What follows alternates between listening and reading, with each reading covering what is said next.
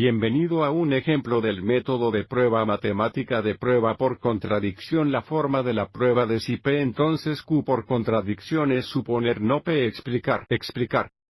Por lo tanto, Q es definitivamente falsa, lo que indica que P debe ser verdadera. La prueba por contradicción toma la forma de, si no P, entonces Q, donde nuevamente Q es falsa y por lo tanto, P debe ser cierto. Y ahora vamos a demostrar que hay infinitos números primos usando el método de la prueba por contradicción. Para comenzar la prueba, supongamos que este no fuera el caso, porque estamos usando la prueba por contradicción, es decir, supongamos que solo hay muchos números primos finitos, entonces debe haber un último primo más grande, llámalo P. Y ahora consideraremos que el número n es igual a P factorial más 1 de nuevo al principio. No va a quedar claro por qué dejamos que n sea igual a P factorial más 1, pero espero que al final lo sea así. N es igual a P factorial más 1, n es igual al producto de P menos 1 P menos 2 hasta el producto de 3, 2 y 1 y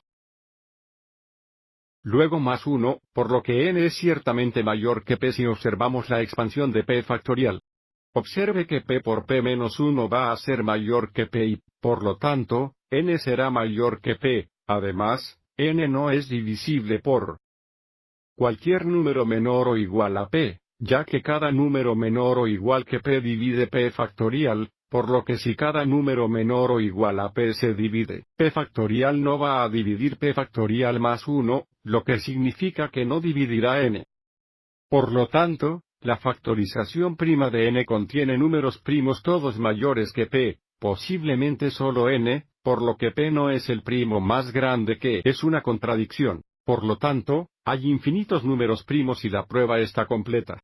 De nuevo, esta prueba es un ejemplo de prueba por contradicción, uno de los estilos estándar de la prueba matemática. Ante todo, la prueba es un argumento, contiene una secuencia de afirmaciones. Siendo la última la conclusión que se desprende de las declaraciones anteriores, el argumento es válido, por lo que la conclusión debe ser verdadera si las premisas son ciertas. Y ahora volvamos y tomemos mira esta prueba en detalle, paso a paso. Observa que la prueba está a la izquierda. Paso 1, suponemos que solo hay muchos números primos finitos, esta es una premisa. Tenga en cuenta el uso de suppose.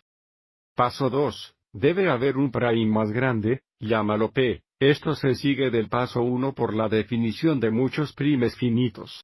Paso 3, y esta es la clave. Dejamos que n sea igual a P factorial más 1, básicamente solo notación, aunque esta es la parte inspirada de la prueba que mira P factorial plus 1 es la clave dentro de la prueba. Paso 4, n es mayor que P por definición de P factorial. 5n no es divisible por ningún número menor o igual a P, esto es, por definición, P factorial es divisible por cada número menor o igual a P, por lo que P factorial más 1 no es. Paso 6. La factorización de n contiene números primos mayores que P, ya que n es divisible por cada número primo en la factorización de nn por el paso 5, paso 7, por lo tanto, P no es el primo más grande por el paso 6, y es divisible por un primo mayor que P. Paso 8. Esto es una contradicción del paso 2 y el paso 7, el primo más grande es P, y hay un primo mayor que P.